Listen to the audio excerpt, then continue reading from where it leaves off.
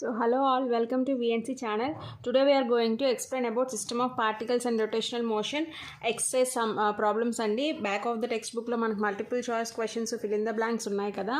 So chaala important, chaala basically ivi వదిలేస్తూ ఉంటాము, but ఇవి కూడా ఇప్పుడు మన ఎగ్జామ్ పాయింట్ ఆఫ్ వ్యూలో ఎగ్జామ్స్లో ఇస్తున్నాడు కాబట్టి సో వీటి మీద కూడా మనం కాన్సన్ట్రేట్ చేయాలి.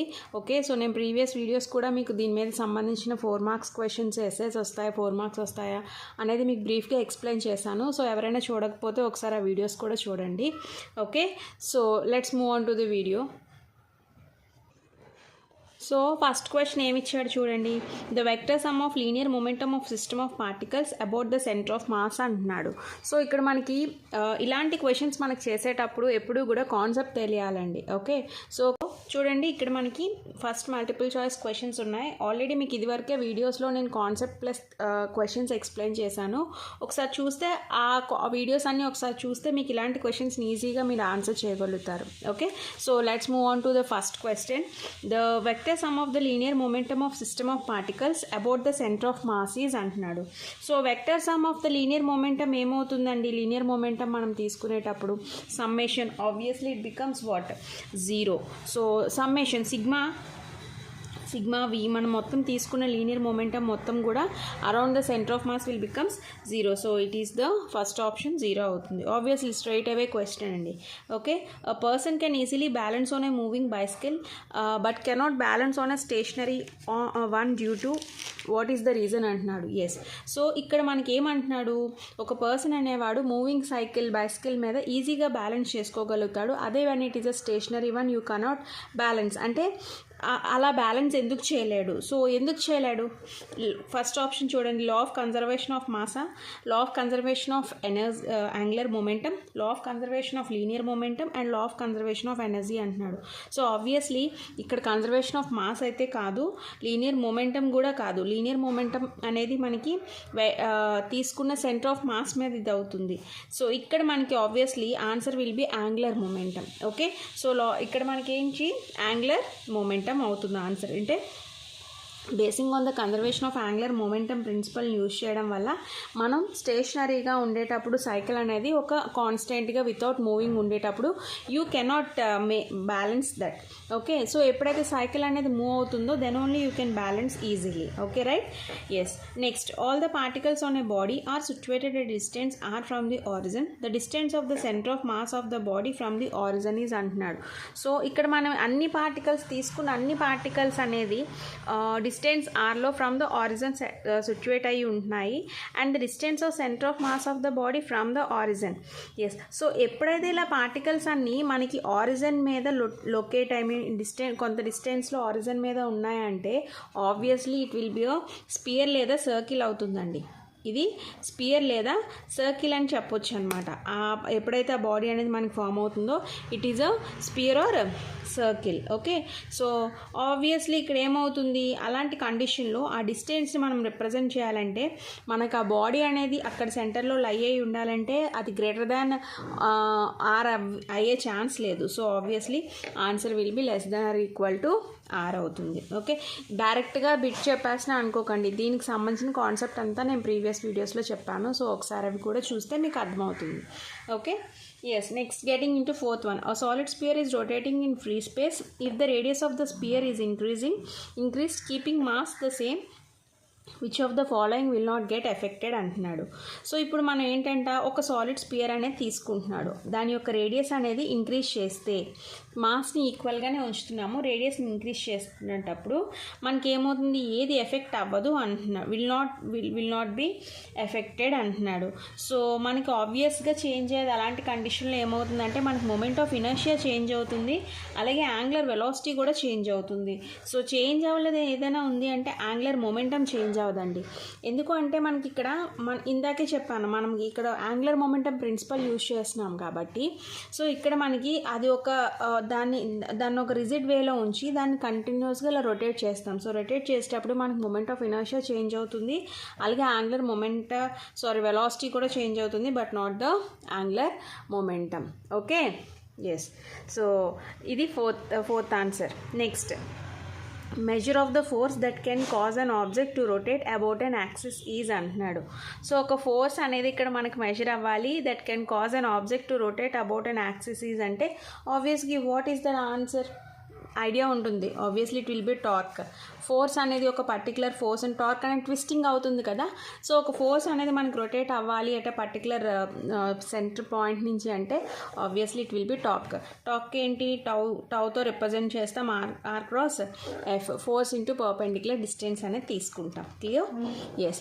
Next 6th one, in the following physical quantities which is not a vector. చాలా ఇంపార్టెంట్, మీకు ఇదివరకే చాలా ఫిలప్స్లో ఈ క్వశ్చన్ వస్తూ ఉంది. ఎందుకంటే basically we need to know what is a vector and scalar, and వాటికన్నా మోర్ ఇంపార్టెంట్ ఎప్పుడైతే అవి తెలుస్తుందో ఎగ్జాంపుల్స్ మెయిన్ క్రైటీరియా ఇక్కడ ఉంటుందండి వెక్టర్కి స్కేలార్కి. Okay, so let us see. So which is not a vector అని అడుగుతున్నాడు. యాంగులర్ వెలాసిటీ మనకి డెఫినెట్గా వెక్టరే. Torque undoubtedly vector. Angular momentum కూడా vector. Yes. Work is the scalar quantity. Work అనేది మనకి స్కేలారే. ఓకే, F.S అనేది తీసుకుంటాం. ఫోర్స్ ఇంటూ డిస్ప్లేస్మెంట్ తీసుకునేటప్పుడు మనకి అక్కడ వర్క్ అలాగే ఎనర్జీ కూడా మనకి స్కేలార్ క్వాంటిటీగానే చెప్తాం. Yes. Next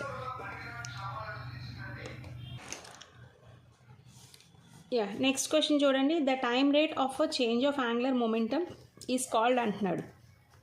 time rate of change of angular momentum అంటే ఏంటండి? ఇది కూడా మనకి టార్కే. Yes. So rate of change of angular మొమెంటమ్నే మనం టార్క్ అని కూడా పిలవచ్చు. So answer will be option 1. Clear? Next, a particle is moving in a circle of radius r with a constant speed v, it's angular velocity is అంటున్నాడు. So ఒక particle అంట మనకి ఒక సర్కిల్ ఆఫ్ రేడియస్ ఆర్తో constant speed vతో మనకి move అవుతుంది. అయితే దాని యాంగులర్ వెలాసిటీ దేంతో రిప్రజెంట్ చేస్తాం? యాక్చువల్లీ అది తెలియాలి ఫస్ట్. ఒమేగాతో రిప్రజెంట్ చేస్తాం. So angular velocity equal to move with a circle of radius r అంటే obviously omega equal to v/r. So option 2 is the answer. Okay, option 2 is the correct answer. Okay, formula అండి. Angular వెలాసిటీని అడుగుతున్నాడు, కొంత వీతో అలాగే కొంత రేడియస్తో travel అవుతుందంట. So obviously what will be the answer? v/r. Next question, momentum is called. చూడండి question, momentum angular momentum అంటారు. So ఒక మొమెంటమ్కి moment అనేది తీసుకుంటున్నాము. ఓకే, సో దట్ కైండ్నే మనం యాంగులర్ మొమెంటమ్ అంటాం ఆబ్వియస్లీ. సో ఇవి multiple choice questions. Next, getting in to fill in the blanks. Yes, the centre of mass of a triangular lamina is located at. ఇది చెప్పాను మీకు క్లాస్లో. So centre of mass of triangular lamina మనకి centroid దగ్గర locate అయి ఉంటుందండి. So answer will be centroid. Okay, the vector with zero magnitude చాలా important. ఇది ఆల్రెడీ మనకు వెక్టర్స్లో కూడా వస్తుంది. దాన్ని ఏమంటారండి? నల్ వెక్టర్ అని పిలుస్తారు. జీరో మ్యాగ్నిట్యూడ్ ఉంది అంటే అది నల్ వెక్టర్ అవుతుంది. యూనిట్ మ్యాగ్నిట్యూడ్ ఉంది అంటే అది యూనిట్ వెక్టర్ అవుతుంది. Clear? The time rate of change of angular velocity. Change of angular velocity అంటే ఏమవుతుంది? Obviously it is angular acceleration. Formula అండి, డైరెక్ట్గా ఫార్ములా. మనకి ఇవన్నీ కూడా ఫార్ములాస్. అందుకే బేసిక్స్ అనేది తెలిస్తే మీరు ఈజీగా ఇలాంటివి ఆన్సర్ చేయగలుగుతాం. Okay, the ratio between the torque about a fixed axis and the angular acceleration అంటున్నాడు. The ratio between torque about an fixed axis and acceleration is ratio between టార్క్కి యాంగులర్ యాక్సిలరేషన్కి ఏంటి? ఆబ్వియస్లీ మనకి angular acceleration means nothing but moment of inertia. I equal to sigma r² అండి. Okay, moment of inertia అవుతుంది. Yes. Next, expression for the total kinetic energy in terms of moment of inertia I and angular velocity omega. So kinetic ఎనర్జీని మనం ఇక్కడ ఐతో represent చేస్తాం. Okay, kinetic energy K is equal to I⍵² with I ఏమో moment of inertia అవుతుంది, omega ఏమో angular velocity అవుతుంది. So ఇది ఎక్స్ప్రెషన్ టోటల్ రొటేషనల్ కైనెటిక్ ఎనర్జీకి. Okay, next, body with perfectly definite and unchanging shape is called. దాన్ని ఏమంటారండి? చాలా very starting కాన్సెప్టే రిజిడ్ బాడీ అంటారు. It is called rigid body అని పిలుస్తారు. Okay, if I and j are the two unit vectors along xy axis respectively. Then z cross I అని అంటున్నాడు. So z cross I అంటే ఏమవుతుంది, మీకు already ఇందులో మనకి కాన్సెప్ట్లో చెప్పేటప్పుడు మనం స్టార్టింగే చెప్పుకున్నాం. సో z cross I అనేది ఆబ్వియస్లీ k కాంపోనెంట్. ఆ k కాంపోనెంట్ ఎలా అవుతుందండి, మైనస్తో అవుతుంది. సో ఇక్కడ మనం తీసుకుంటుంది యూనిట్ వెక్టర్స్లో ఇక్కడ మనం మూమెంట్ ఆఫ్ ఇనర్షియా రిప్రజెంట్ చేస్తాం కదా. So along the axis consider చేసేటప్పుడు సో అవి ట్విస్ట్ అయ్యేటప్పుడు ఇక్కడ తీసుకునేది మనం మైనస్ వాల్యూ తీసుకుంటాం. Okay, next moment of force. Moment of ఫోర్స్ని ఏమంటారు, టార్క్ అంటారు. మూమెంట్ ఆఫ్ ఫోర్స్నే మనం టార్క్ అని పిలుస్తాం. Next pair of equal and opposite forces with different lines of action. So pair of equal and opposite is nothing but twisting equal and opposite forces that are acting on a particular acting on a body. దాన్నే మనం couple లేదా couple అని పిలుస్తామండి, లేదా దాన్ని torque అని కూడా అంటాం. Okay, it's called a couple లేదా torque. Okay, next the moment of inertia of a thin circular ring having radius r and mass m about the diameter is. ఇది ఫార్ములా అండి, I equal to mr square I equal to mr square by 2. ఇది direct formula మనకి moment of ఇనర్షియాని తీసుకునేటప్పుడు మనకు radius r mass m ఉన్న formula I equal to mr square by 2. చాలా important ఈ formula. Okay, so that's all. So ఇవి మనకి మల్టిపుల్ చాయిస్ క్వశ్చన్స్ అలాగే ఫిల్అప్స్ అండి. ఓకే, సో మనకి దీంతో మనకి system of particles rotation motion కూడా కంప్లీట్ అయింది. మీకు ఇంకా ఏమైనా డౌట్స్ అయితే దయచేసి కామెంట్ సెక్షన్లో చెప్పండి, డెఫినెట్గా నేను ఎక్స్ప్లెయిన్ చేస్తాను. Okay, thank you for watching.